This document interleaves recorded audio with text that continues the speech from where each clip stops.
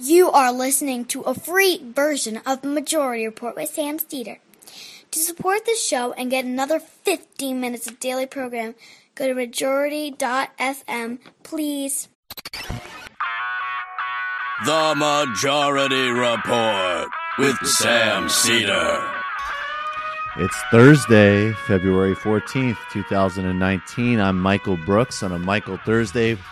This is the 5-time award-winning Majority Report. We're broadcasting live steps from the industrially ravaged Gowanus Canal in the heartland of America, downtown Brooklyn, USA. On today's program, Professor Djene Bajalan of Missouri State University. We're talking about the looming threat as the Warsaw Conference on Iran continues. BB's talking about war with Iran as a crazed foreign ministries and prime ministers and leadership of Israel and the Gulf states make increasingly ominous noises. And Netanyahu takes credit for airstrikes in Syria.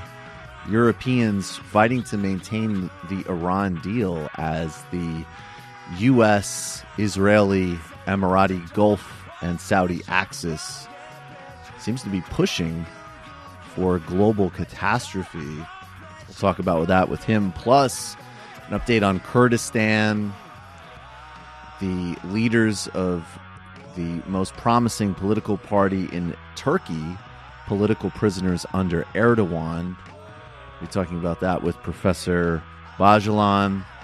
Ilhan Omar is an absolute rock star. Let's go into some of the history of just what crimes Elliot Abrams was doing. And of course, we'll only be covering a fraction of them. There's a whole world to lay to waste with that absolute ghoul and the absolute ghouls that he represented. Then we'll talk about the less significant but also ghoulish chumps saying like, yeah, it's super rude to talk about supporting genocide.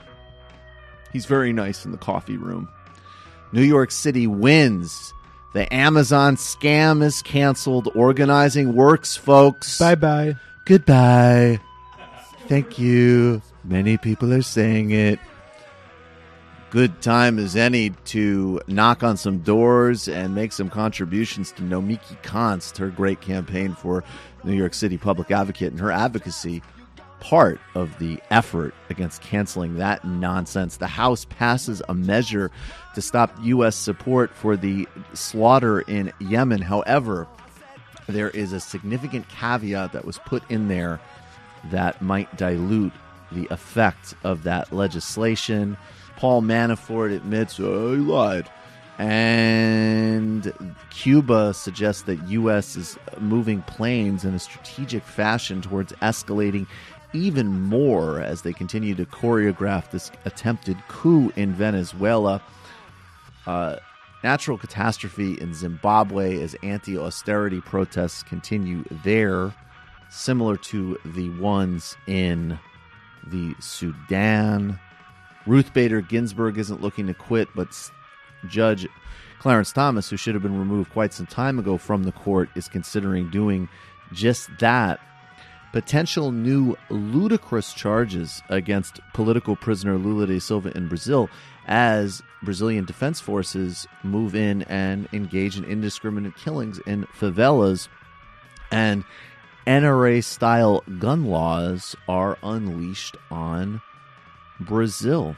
All that and much, much more on today's Majority Report.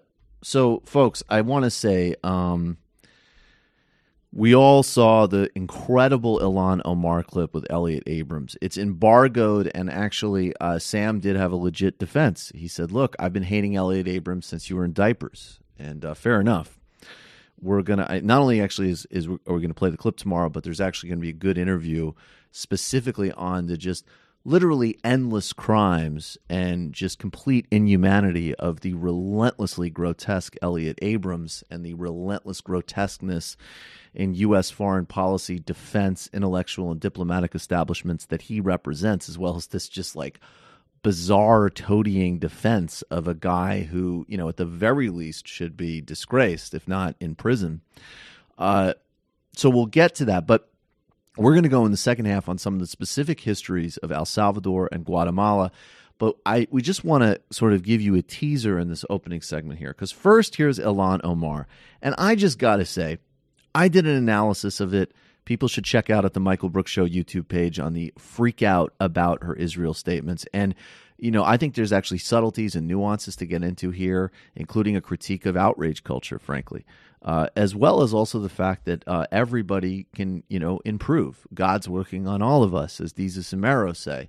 But the bottom line is, on the substance of Israel as a policy question, she is 100% right in terms of the abuse of Palestinians. And she has also been a target of right-wing political terrorism, including from fellow members of Congress, and now, of course, the idiot, dope, bigot-in-chief president. The fact that she would have the chutzpah, and I will teach her that if she doesn't know that Yiddish word yet, the chutzpah to come out and just give this pure moral clarity and acuity in that exchange with the disgusting, grotesque Elliot Abrams. I mean, people should go hit her with a campaign contribution. I mean, this is just incredibly impressive leadership. Ilhan Omar is a hero. And I also enjoyed this because, look, she released a statement. It was actually a great statement. She pulled off an incredible synthesis of expressing sensitivity to where people had felt she had gone wrong and also reaffirming her commitment to working on the underlying issue, which she's 100% right about with regards to democracy for all in the Middle East. CNN is still trying to make an issue of it, and she was confronted walking the halls of Congress by Manu Raju, and instead of saying like, hey, have you always cared so passionately about the genocide in Guatemala, which Elliot Abrams supported, the cover-ups of the mass rapes and beheadings of toddlers in El Salvador, which he supported and covered up? How was it? How about the blowback from a bunch of people who apparently think having coffee in a think tank boardroom is more important than genocide? What about that? No, they go back to this already dead story that the political right is trying to make hay of, and she shows that AOC is not the only one that knows how to handle public nuisances. Our own Manu Raju found her quite unwilling to discuss the controversy when he asked her about it. Just as always, Jake Tapper, shut up. Jake Tapper on brand here, pestering a Muslim. Pestering a Muslim with his concern, like this piety nonsense of Jake Tapper. Just shut up. All right, go ahead. Discuss the controversy when he asked her about it today. The president trafficking here. What's wrong with you? Well, I'm asking you a question about your tweet. You had a tweet saying the president trafficked in hate. Yes, I tweeted. There's a response. You can run that. Have a nice day. They leave out the critical part where he's asking her about Trump's tweet in response to her response. What about your tweet, though? What about your tweet to my tweet? What about... That's no, great. Not your original tweet. What about your reply tweet? What about your reply tweet, which got ratioed? Actually, it didn't at all get ratioed at one, but great crack reporting. Instead of, go back and read Manufacturing Consent by Noam Chomsky. There's no doubt that the, corporate press has, of course, always been, kowtowed to the U.S. foreign policy establishment.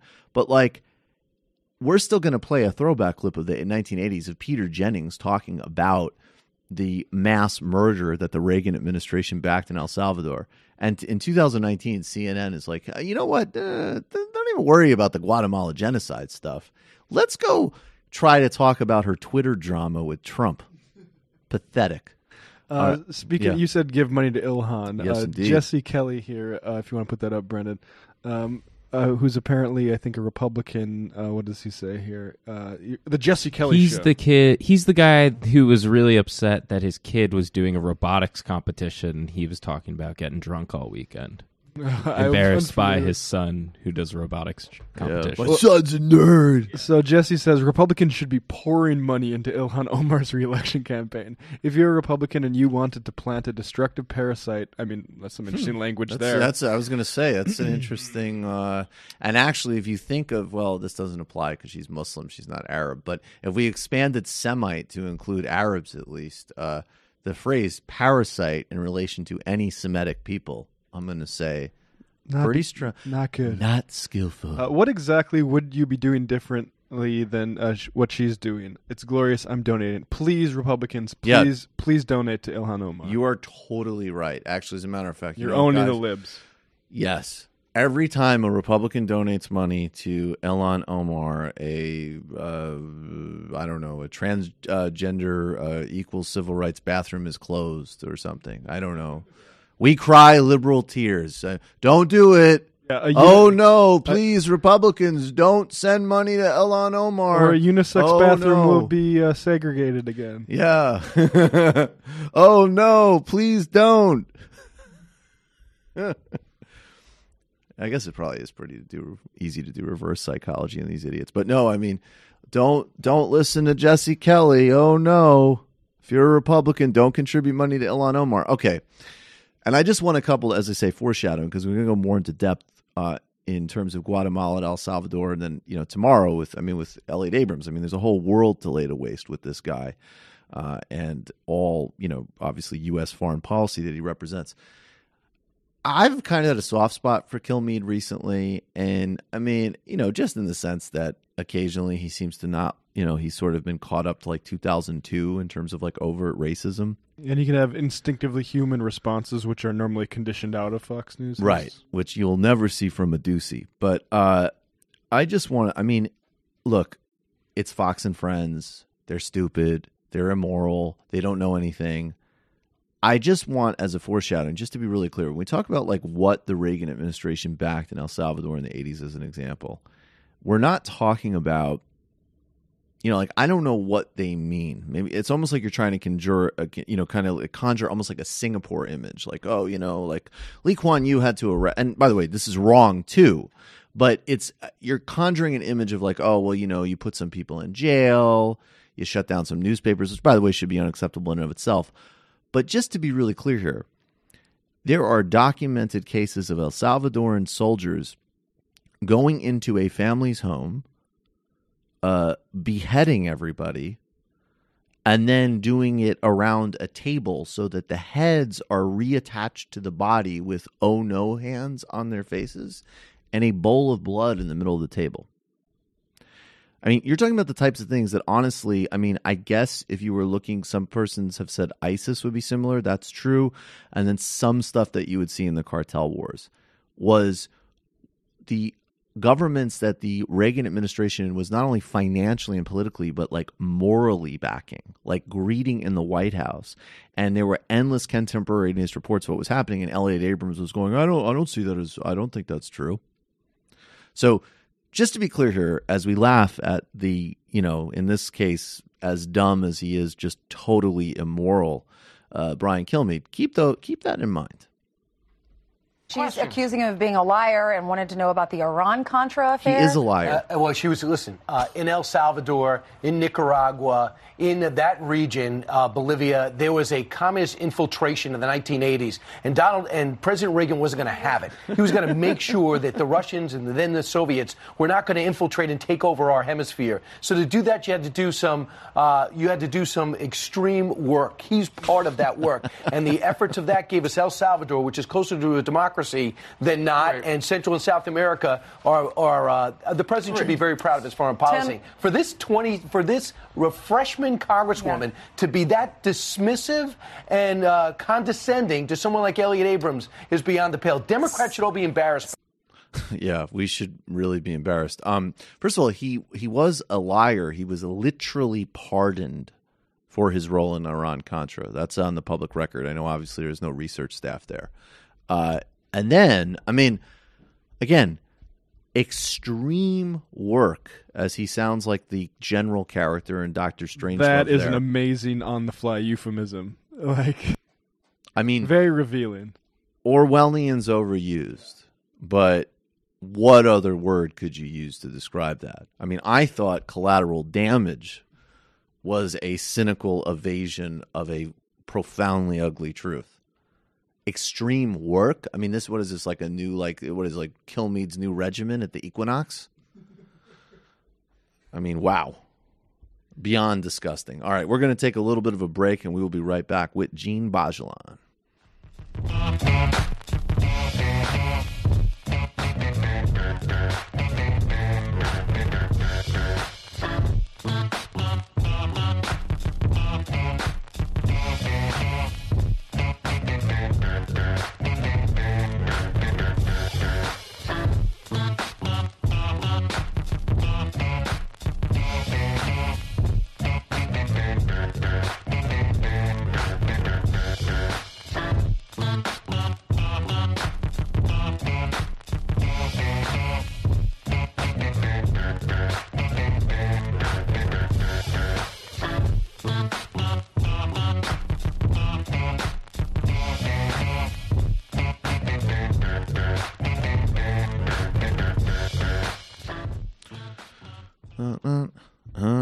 If you're listening on podcast, you had a very good interstitial there. Joining us now is Djene Bajalan. He's a professor at Missouri State University.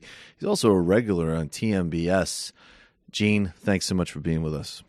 Thank you for having me, Michael. Great to have you on. So the war drums coming out of Warsaw are extraordinarily disturbing. I mean, we'll get into the particulars of the implications of pulling out of the Iran deal, the various regional dynamics at play. But the rhetoric, particularly from Netanyahu, literally using the word war, should make everybody obviously not only profoundly concerned, but get to organizing against the catastrophe that apparently he and Pompeo and the Gulf states are pushing. I want to also just start us off here by saying that Benjamin Netanyahu has a pretty long history of talking about military interventions in the Middle East spearheaded by the United States that will work out quite well in his estimation. This is a clip from 2002 where Benjamin Netanyahu, in testimony before the U.S. Congress, suggests that not only, and this is really important, not only that invading Iraq will be great, but that invading Iraq is the only path to peace in the Middle East. And Mike Pompeo said this just yesterday with regards to Iran. This is BB Netanyahu in 2002. If you take out Saddam's regime, I guarantee you that it will have enormous positive reverberations on the region. And I think that people sitting right next door in Iran, young people, and many others will say, the time of such regimes, of such despots, is gone. There is a new age. Something new is happening. And that is speculation on your part, or you have some evidence to that effect? I was asked the same question in 1986. I had written a book in which I had said that the way to deal with terrorist regimes, with terror, was to deal with the terrorist regimes. And the way to deal with the terrorist regimes, among other things, was to apply military force against them. The way we did in Afghanistan. The way, for example, I want to answer your question. Well, I guess I'm running out of time, so I quickly was trying to get there. We've done, I think, what you proposed in Afghanistan, yet I haven't seen that sort of neighborhood effect. Well, I think there's been an enormous effect.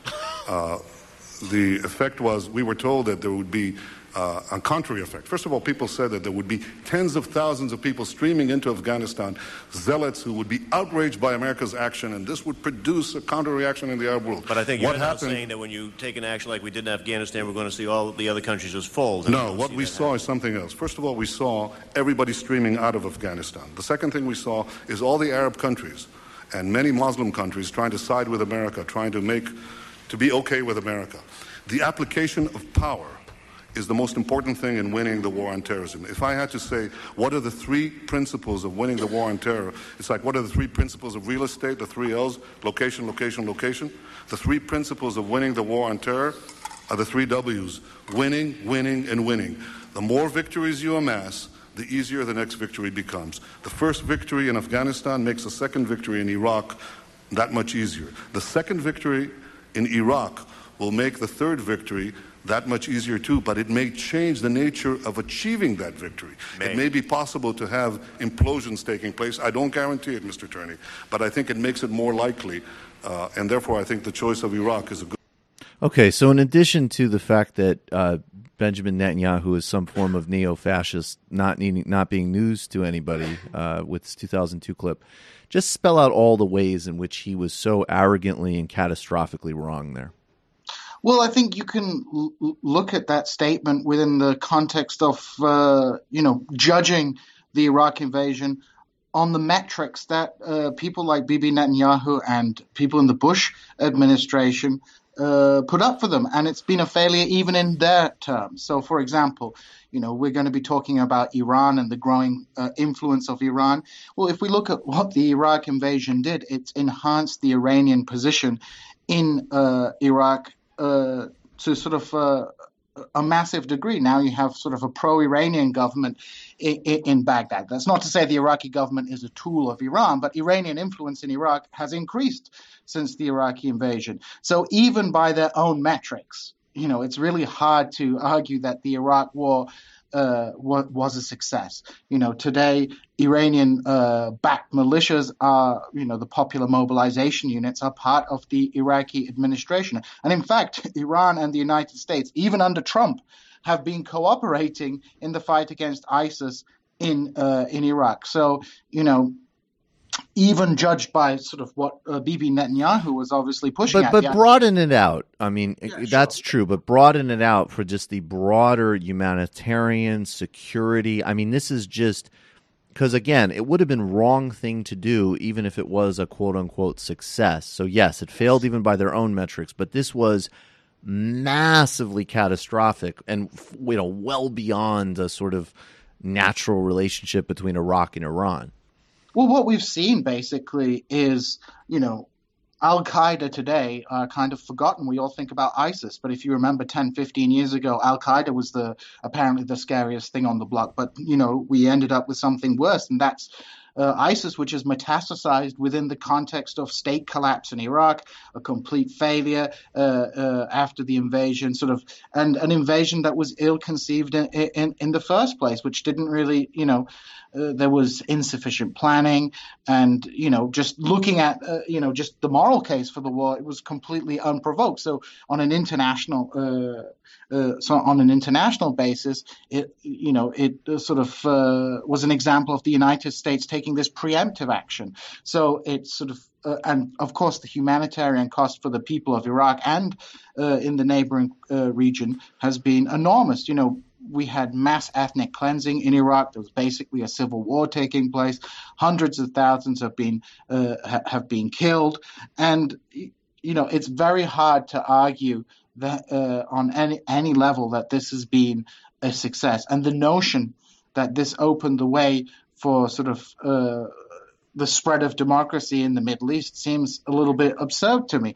I mean, we can't do counterfactuals. We can't go back in time and sort of check what would have happened had the United States not invaded Iraq. But, maybe the Arab Spring would have had different results. Maybe the whole discourse of democracy would have been more powerful in the Middle East. Remember, these invasions were made often in the name of promoting democracy. The Iraq War was made in the name of promoting democracy. So that, of course, leads to a great deal of suspicion in people in the Middle East regarding, democracy and the West's commitment to democracy, and sort of when Western leaders sort of claim to care about these issues, people are very cynical about it. So, people are looking at Venezuela today and seeing that as almost a repeat of what was being done in Iraq, a decade and a half ago. Right down to the U.S. manufactured opposition. Do you think that? Let's get to Iran. So first of all, will you spell out for us again that another part of this whole crisis is again the purely, Iraq was purely manufactured and lied about and hyped because Iraq simply posed no threat. It was just the notion it posed any kind of strategic systemic threat was ludicrous. In the Iran case, of course, and again, look, I don't really, in some ways, I just want to kind of put out, let's just, get these other things out of the way really quickly. One, of course, does the Iranian regime have internally repressive policies, and is there a huge amount of discontent inside Iran, not only in terms of human rights, as we typically talk about here, but also, which are very important, but also labor union suppression. There's a big amount of inequality, corruption. There's big problems inside Iran, and as with Iraq or Venezuela, for that matter, opposing interventions, imperialism, and war does not require spinning the performance of the government in place. Now, that being said, and then there's other areas where we have synchronized interests with Iran, or in fact maybe we have a strong disagreement, but Iran might have a point. Other areas where Iran's role is destructive, just like any other place. But clearly, Trump.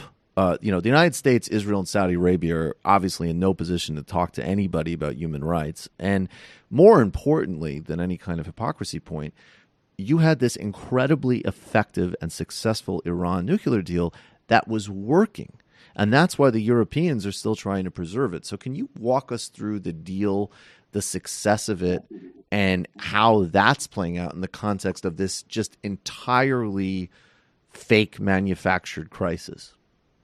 Yeah, so if we go back to looking at the Iran nuclear deal in 2015, it was it set up mechanisms through which Iran's nuclear program could be verified, and it was signed by the major players, the major world powers, which includes the European Union, Russia, and China. So it was never purely a deal between the United States and Iran. It was a deal between a coalition, which the Obama administration had managed to weld together, which was no simple task. And that coalition was sort of successful in dealing with the issue of, first of all, compartmentalizing the issue of Iran's nuclear deal. There are a lot of other areas of conflict between, for example, Europe and the United States and Iran, but by compartmentalizing this particularly destabilizing issue and coming up with a mechanism which both sides could agree to. So in 2015, you have this nuclear deal being signed, you have it implemented, you have verification. And you saw a couple of weeks ago, the head of the CIA said that Iran is still technically complying with the agreement. Yep. The European Union is still trying to keep the agreement alive as well. So there's still a commitment on behalf of the other signatories to the Iran nuclear deal of keeping this agreement alive. But it was always an agreement restricted to Iran's nuclear deal. It was not billed as being a resolution to all problems between the United States and Iran. And it, as a diplomatic measure, one could see it was, it could have perhaps acted as building trust between the two sides and perhaps laying the foundation for a broader rapprochement. But what we saw last year was sort of the Trump administration sort of unilaterally withdrawing from that agreement. And that was particularly dangerous on a number of levels. Firstly, in terms of, again, their own stated goals of trying to sort of bring Iran under control, it removes an important sort of leverage the United States has over Iran. Now Iran enjoys the moral high ground as they remain committed to the agreement, and the United States is kind of the group that has reneged on it. It undermines broader confidence in American diplomatic activity because, of course, if you make an agreement with one administration, why would the next administration necessarily stick to that deal? So that has implications not just for the Middle East, but in other parts of the world. In places like North Korea, where we desperately do need a diplomatic resolution to this crisis on the Korean Peninsula. But again, how are we going to make how are people, leaders in the West, even let's say in 2020 you get a better president, if they come to power, how can a country signing an agreement with the United States be sure that that agreement will be sort of maintained by the next administration? And that's enormously destabilizing, not just for American prestige, but for stability in the world, because if the world's dominant power can't be trusted to keep to an agreement, that's obviously not something that's necessarily going to be positive for global affairs. So, the chance of resolving further issues between Western powers and Iran have been diminished by this. And, we still see major, like as you mentioned, and as I just mentioned, there are areas where the Iranian government and the Western powers have sort of strategic agreement, strategic alignment, and Iraq is one of those places. But there are, of course, other regions where, it's much more conflictual, and that's, of course, Yemen, where there's a clash in interest, and, of course, Syria, which has become basically a battlefield for various factions in a very complicated and very convoluted sort of balance of power and sort of conflicts in the Middle East, which, unlike in the Cold War, there's no nice and easy, steady lines between the two sides as well. So we have a very complicated proxy war taking place in Syria, in which Iran is a huge player. And, by leaving the Iran nuclear deal, it just makes sort of a general resolution to these issues a lot more difficult. So, and guys, can we get this clip up of Netanyahu talking about war? I think it is on the list. But we have this meeting in Warsaw taking place, and it is interesting. I mean, there's a lot of hype about supposed differences between the Europeans and Trump, and clearly, obviously, people like Macron and Angela Merkel are on a different, different page than Donald Trump or Benjamin Netanyahu, for that matter, in terms of wanting a different, preserving the basically kind of post World War II order with its own obvious sets of huge, massive problems, inequities, abuses, and contradictions. That's different than this sort of reordering of global institutions. I wouldn't call it necessarily nationalism. I actually think all of this resurgent far-right forces are quite globally oriented, as evidenced by even this. But, they're not at this conference. But you do see certainly Gulf foreign ministers, and so that this kind of alliance that everybody's known about between Israel and the Gulf is kind of coming out more overtly here. And the Europeans are sending low-level officials and have a kind of problem with the fundamental premise of what certainly looks like a push for war conference. And I want to play. This was Benjamin Netanyahu yesterday in Warsaw. My understanding is they've since tried to kind of on different clips they're releasing now, they've put a different English translation but the word in Hebrew means war. Let's look at Netanyahu from yesterday. מכאן אני הולך למפגש עם 60 שרי חוץ ונציגים של מדינות בעולם נגד איראן. מה שחשוב זה מפגש, we obviously need one with English subtitles. Okay. The bottom line is, maybe we'll get to one later, but Benjamin Netanyahu talked about moving the world together, including Arab states, and the word he used was war with Iran. I mean, that's horrifying. That's obviously a game-changing global catastrophe if they actually go forward with this. Mike Pompeo's there saying that no peace in the Middle East. Vice President Pence is there trying to chastise the Europeans for trying to save the Iran deal achievement. How scared should we be? Well, it does have a very sort of retro feeling. If you remember the coalition of the willing just before the Iraq War, you see the United States trying to weld together an alliance in the face of opposition from, some of its main allies in Europe.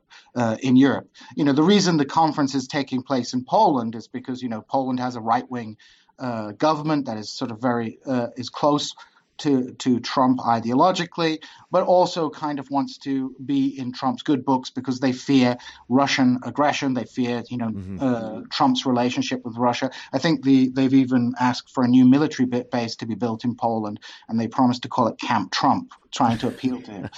But that sounds like an amazing idea. Well, I'm sure it's probably the best strategy if you want a new military base in your country. Right. So this Warsaw meeting was sort of announced in the Cairo speech Mike Pompeo gave last month.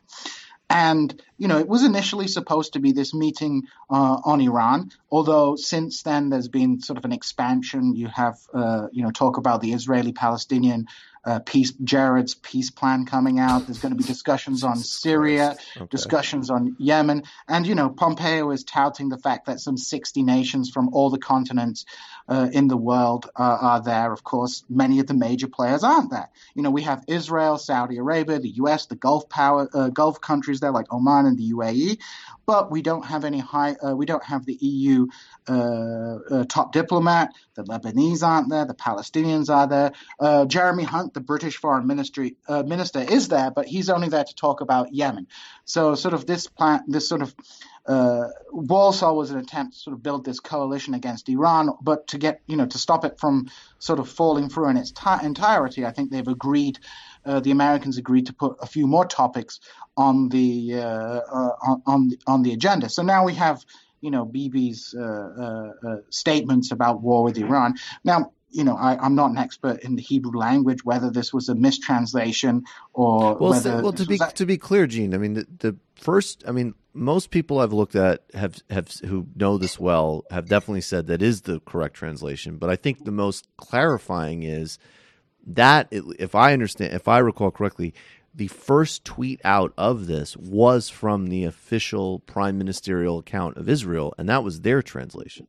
Yes, I think there's been some sort of press about this. I was reading and reading different accounts, but I think we can miss the forest for the trees, because of course the fact is that in such a tense circumstances as we have existing between Israel and Iran, any slight slip of the tongue, even if it's intended or it's unintended, is an extremely dangerous thing. It just shows how, the fact that these words reverberated around the world so quickly sort of demonstrate, how tense relations are. And if we look over the last year and a half, there have been several clashes between the Iranians and the Israelis in Syria. And these weren't clashes between proxy groups. You have a Iranian drone going towards the Israelis. Israeli attacks back on sort of in Syrian air defenses and Iranian bases in early 2018. And, the Russians had to intervene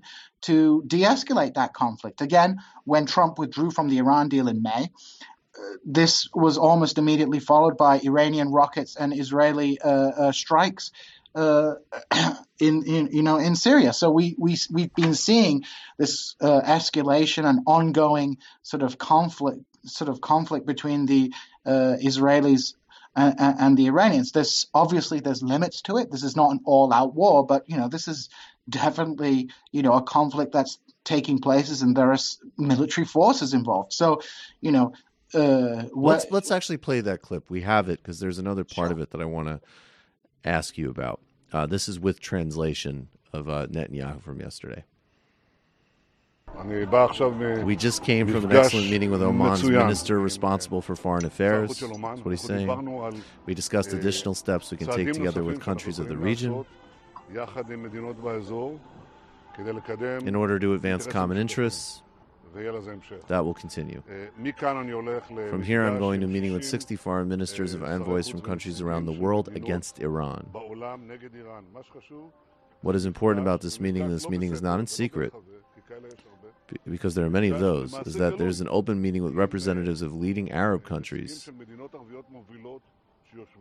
and they're sitting down together with Israel in order to advance the common interest of war with Iran.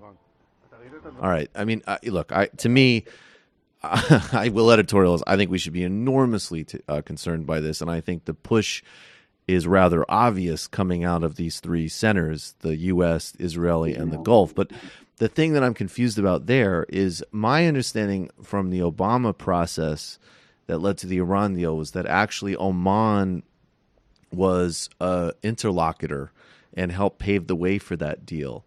So I'm surprised, of course, Netanyahu could just be misrepresenting what he and the Omanis talked, the tone of the Omanis. But is there a shift in Oman here?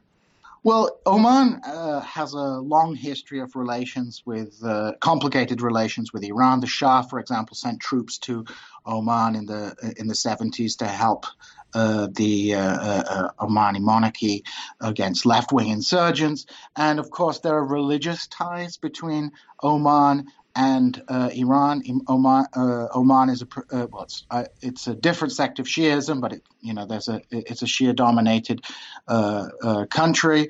So there are connections. So yes, Oman has sort of had better relations with Iran over the years, but I think what we're seeing in the Gulf is a consolidation of, we have the main power, Saudi Arabia, having an increasingly hostile stance towards Iran. So, that's forcing other Gulf countries, smaller Gulf countries, to, have to make a choice between what they're going to do. I mean, the Saudis are more than willing to intervene in their neighbors. It's not only in Yemen that the Saudis are intervening, but we've seen them, intervene in other parts of the Gulf as well, militarily, as well as around the region with their money and their support and so on and so forth. We've seen them bullying the Lebanese prime minister. They basically abducted him. So, people are playing for keeps in the Middle East. And so I think what we're seeing is, coalitions forming. And I agree with you. This kind of language is extremely destabilizing to the region. With we have violence taking place. I mean, I believe in January the Israelis were striking Iranian forces in Syria, and I'm sure we don't hear on the sort of public news all the operations that are taking place. And we can add to this. Saudi Arabia, of course, is increasingly concerned about the growth of Iranian power. Historically, Saudi Arabia supported a strong Iraqi regime. They supported Saddam Hussein during the 1980s as a bulwark against Iranian expansion. But now Iraq is basically a far more, friendly country to the Iranians. So, Saudi Arabia is looking for strong allies in this front as well. This rapprochement between Saudi Arabia and Israel is sort of born out of a mutual dislike and antagonism towards Iran. And, nobody knows how far this is going to escalate. As we've seen, it can escalate to a disastrous level. Even if we don't see an all-out war with Iran, it looks like the American government and perhaps also the Israelis and the Saudis are attempting to, force the Iranian regime to at least implode. And what's dangerous about that is that we might end up with a Syria-like situation in Iran, which is going to be even more devastating and destabilizing for the region. Syria has been an enormously destabilizing factor, not only in the Middle East, but in Europe, with these huge waves of refugees and the ability of politically right-wing forces in Europe to sort of mobilize those things. So a war with Iran and, perhaps a fresh wave of refugees, of Iranians fleeing the country could be further destabilizing. So, this and just humanitarianly catastrophic. I just want to say really quickly too, because we'll pivot the last couple of minutes to Kurdistan and Kurdish political prisoners in Turkey that we've written about. But I think that it's very important, especially if you just look at Netanyahu specifically. Netanyahu has used Iraq and Iran have always been his main framing devices for supporting the unending occupation of Palestine and the lack of Palestinian rights and, all of the abuses in Gaza and so on. And, it's both in some ways, it's such a lazy framing device and a sort of endless excuse that one almost wonders if they would even want to get rid of Iran as a reason for, because that's the kind of always the fallback. And again, this is not just, critics like me. I mean, people like in the Israeli security establishment, Ehud Olmert, as an example, have called out the delusional fear-mongering about Iran and have kind of acknowledged that it's a distraction from Israel, having an apartheid state.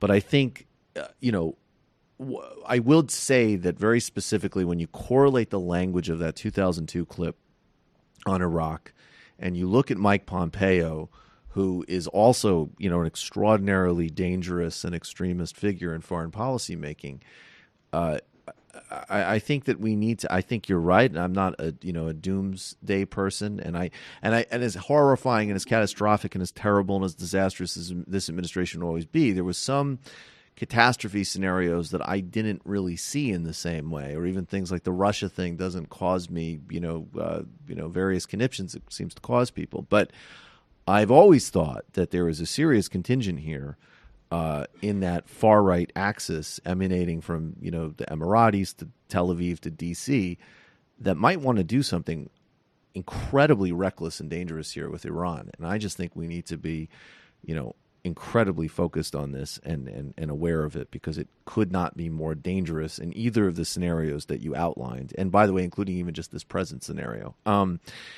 me just add one thing to that. Sure. I mean, I think a key figure that we have to mention is John Bolton, and yes. The fact that I think last week Bolton was caught having on his pad that he was moving troops to Venezuela. He's a well-known war hawk. Yep. It's not so long ago, 2015, that he was writing op-eds calling on the United States to bomb Iran. Earlier this year, there were reports that there were plans drawn up to strike Iran. So even if we're not going to see this full-scale invasion, strikes on Iran are going to bring about a response. And Iran, one of the key areas of difference between Iran and the West is over Iran's ballistic missile program. Mm-hmm. And Iran, in 2017 was able to fire missiles from its territory to hit rebel targets in Syria. So, Iran has a growing missile capability. So it's not as if, Iran is incapable of striking back. These things could get out of hand before people even realize that they've gotten out of hand. Right. Let's touch briefly about a couple things with Kurdistan before you go. First of all, you and I did coverage several weeks ago when the first pullout plan from Syria was announced. And, just renew. I support pulling most forces out, but I do not want to sell out the Syrian Kurds to Turkey. And I look at politics through the prism of power. And as I've said a million times, even as I'm a robust critic of Russian and Chinese, zones of influence and abuses, just as I am, of course, of the United States. But if Russia was able to play a role in Venezuela that helped stop a coup process there, that would be great. And if U.S. forces are supporting, of course, not for the right reasons. I think we can move beyond those kind of childish conversations. But because of strategic calculation, first of all, a very noble and important political experiment and an expression of people who have been long repressed internally in the Middle East, as well as blocking a Turkish ethnic cleansing campaign, then I certainly support maintaining those troop levels. And I know you're on the same page with me. Where are we at with that first? What's the state? Well, I might first begin by saying there is a kind of through line to this with this issue with Israel and Iran at the moment. One of the reasons things are sort of becoming more tense between Israel and Iran is the U.S. is withdrawing from Syria, and the Israelis are very concerned that this will be a victory for the Iranians. So that's a kind of side point in how these things all link together. But in general, we had the announcement towards the end of December by Trump, sort of surprising everybody that there was an agreement to withdraw troops. This made Turkey very happy, and it was also announced at the same time as a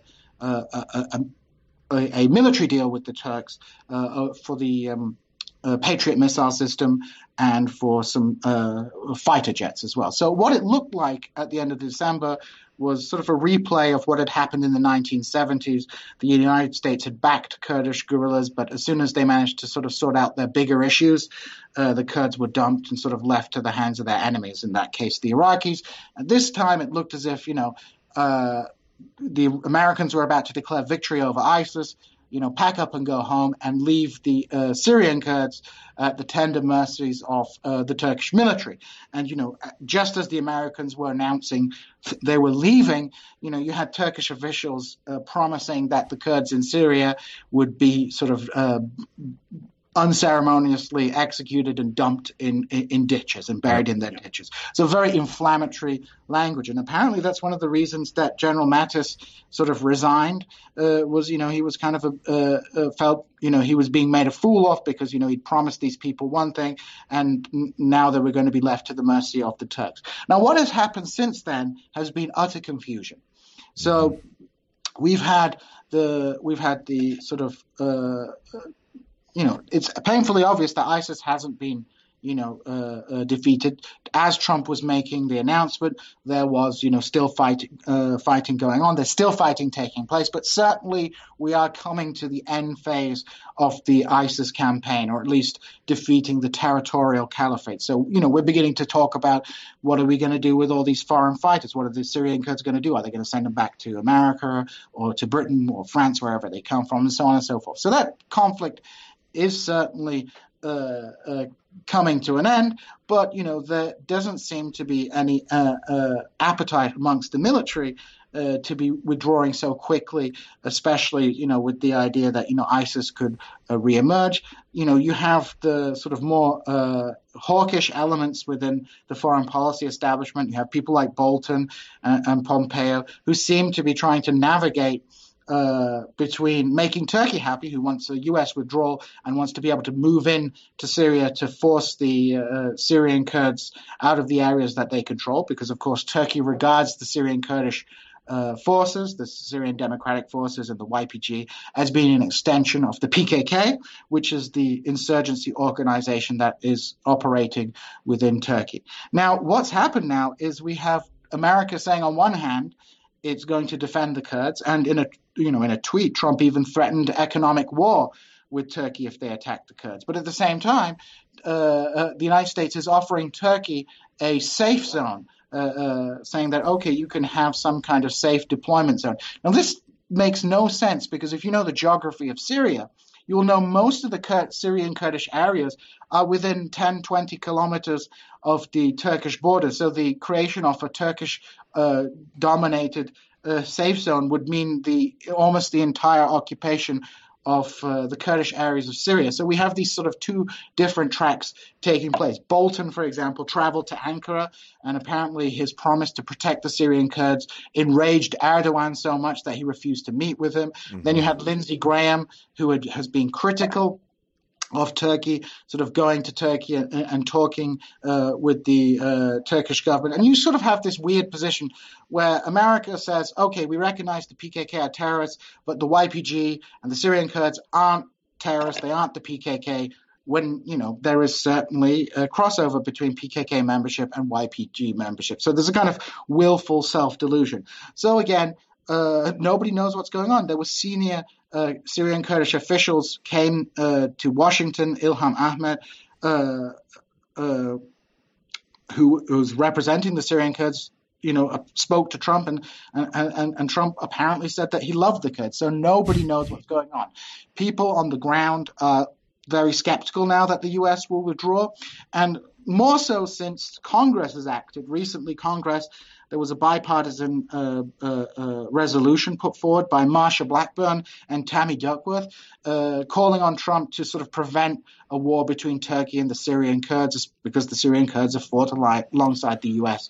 Against the Islamic State. And on a side note, the reason Marsha Blackburn is perhaps most interested in that is because Nashville, Tennessee is home to the largest Kurdish community in North America. So there's a kind of bit of local politics involved. Well, so Marsha Blackburn, one of the worst people in Congress, who is mainly there to help people's student loans destroy their lives and defend home state HMOs. I guess at least credit due. There's a little bit of her constituent services are finally benefiting a worthy group. Literally 2 minutes left, but I do want to talk about this. You and I wrote a piece for the Jacobin a couple of weeks ago where we talked about the leadership of the HDP, which is a democratic, in fact, social democratic party in Turkey. They've been imprisoned by Erdogan as what has always been an authoritarian leaning leader has just, he's fully emerged. And in some ways you can understand Erdogan, I guess, along with Putin would be these are the kind of early prototypes of the far-right authoritarians, the Trumps, the Modis, the Bolsonaros, the Orbans, the Dutertes that we see across the globe. So we would oppose and speak out for as many people who've been imprisoned as possible, of course. And I speak a lot about Lula.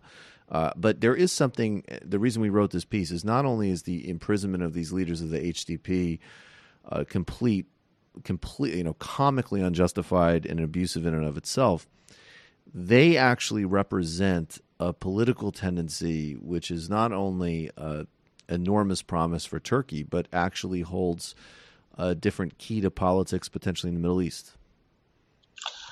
Yeah, I think, the latest with that, of course, the imprisonment is still going on, and in fact, and who are the names? I forgot. Like, who are the names of these guys? Yeah, the leaders, Saladin Demirtas and Figen Yüksekdağ, who are the co-leaders of the HDP. The HDP is a political party and organization in which the major executive positions are split into co-leaders, which can either be a man and a woman or two women. So it's a way of kind of ensuring women have a greater role in politics, which is remarkably progressive in the Middle Eastern context. And what's sort of singles it out in terms of women's rights and the women's issue.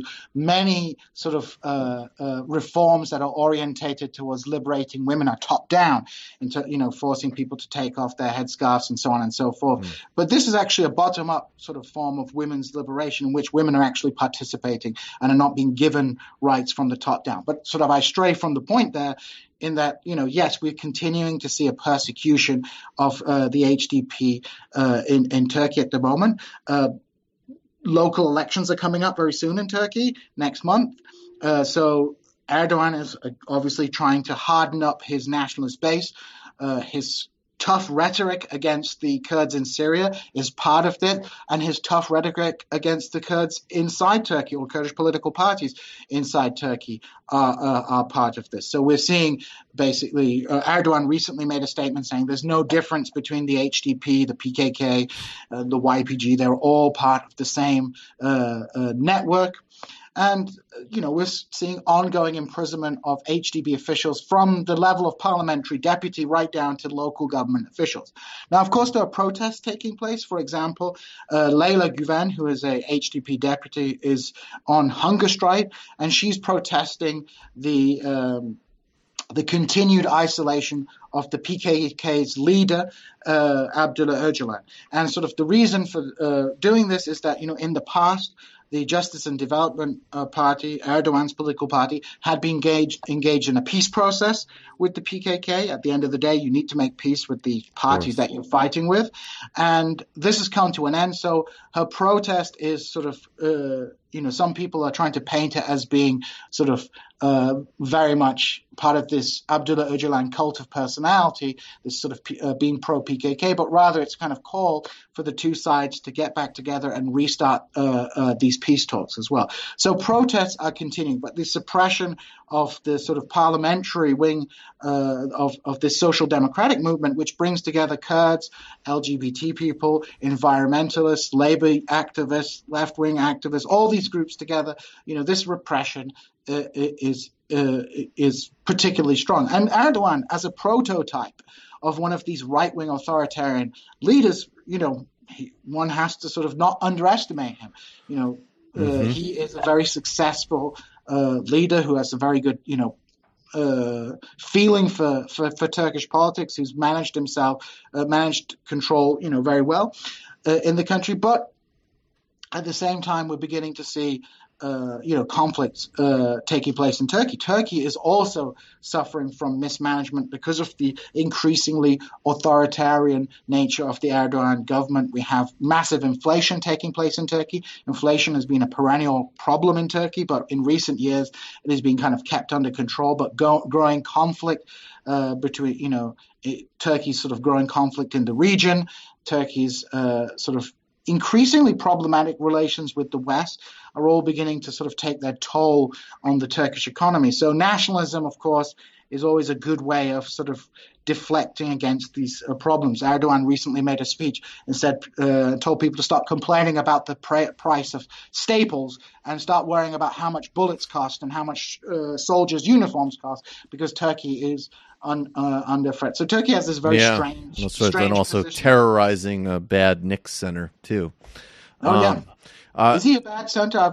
He's not great, but there are bigger concerns in protecting him. Dennis Cantor. Djene Bajalan, I really appreciate your time as always, professor at Missouri State University.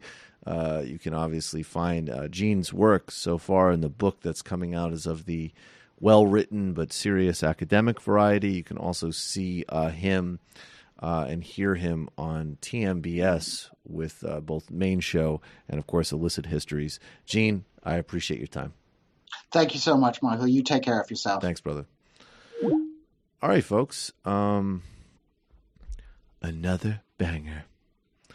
We're going to go to the fun half where we'll take your calls and IMs. We got to do a bit of a actually TMBS style illicit history of Guatemala and El Salvador, because the only good thing about Elliot Abrams, first was watching Ilhan Omar kick his ass, and the contrast of a noble, promising young progressive leader versus just like this grotesque, hideous old ghoul was very satisfying. But it's worth digging into the history of crimes that he and the Reagan administration were an intimate part of, and also the fact that this twerp complex in Washington's big response is not to go, oh shit, maybe we should at least put out a report on the support of the Reagan administration for what is literally an internationally recognized genocide in Guatemala in the 1980s. No, it's don't be rude to Elliot Abrams. I'm a big critic, as I keep saying, of all sorts of internet toxicity. There's an essay called Exiting the Vampire Castle that I would recommend people read if you're interested in that. But if there is a place where, this is a good example where Elliot Abrams, yes. Be much more patient with your fellow humans in general and realize... Don't cancel Elliot Abrams. Yeah. Right. Exactly. I will say we are 2 away from our first 2,000 TMBS page. Oh, wait. Well, first of all, sorry, before I get to that, become a member of the Majority Report today. Less than pennies a day gets you jam-packed content. We were just recording just before. Next week we're on vacation, but you're going to get 4 new excellent interviews and then some incredible work from the MRI archives back in the MR days. And some of these interviews, particularly Bill Zonik on stock buybacks, and another excellent piece of intellectual history debunking the IQ and race trash that, happily Sam Harris drearily, and I mean happily, not literally, that Sam Harris drearily resuscitated for a whole bunch of new people. Thank you so much. A great intellectual history there, debunking and really discovering the origins of that dangerous garbage. So you maintain independent media. You maintain everything that we do unbought, unbossed by becoming a member of the Majority Report today, supporting justcoffee.coop, subscribing on YouTube, and, all the rest of it. TMBS is 2 patrons away from our first 2,000 patrons. So go there. We're doing a tremendous amount of work. This weekend, illicit history of why the 1970s post-colonial nationalist movements and global effort to reorder the global economy failed, and the Michael Manley experiment in Jamaica with Professor Adam Chetichu. She has a new great book out and teaches at the University of Chicago. Mark Blythe was on yesterday. We're doing a special show on Friday because we're off next week.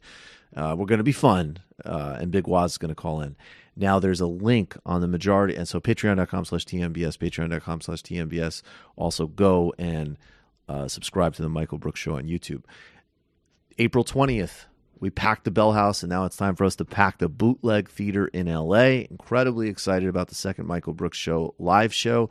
Tickets are available now if they continue selling at the rate that they have in the first day they've been up with very little promotion, we're going to be sold out like in a matter of weeks. And this is even before Anna Kasparian, who's going to be one of our esteemed guests, starts hyping it on TYT.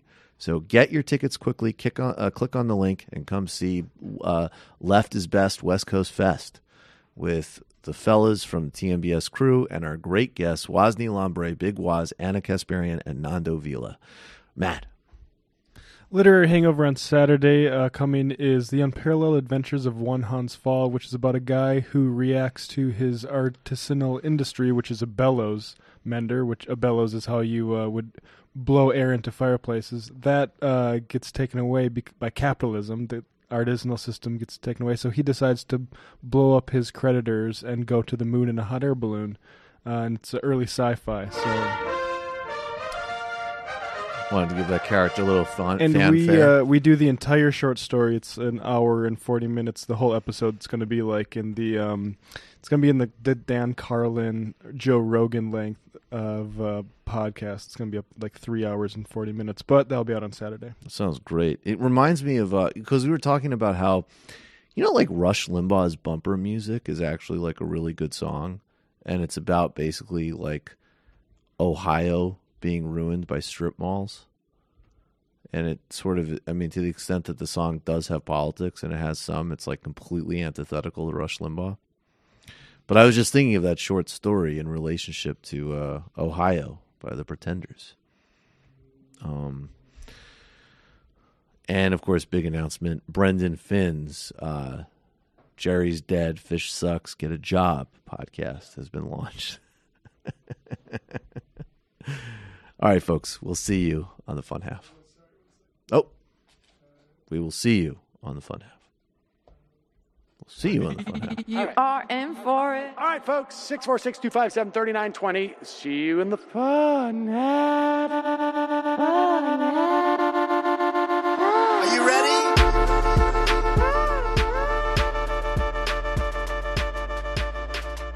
Who sent us this?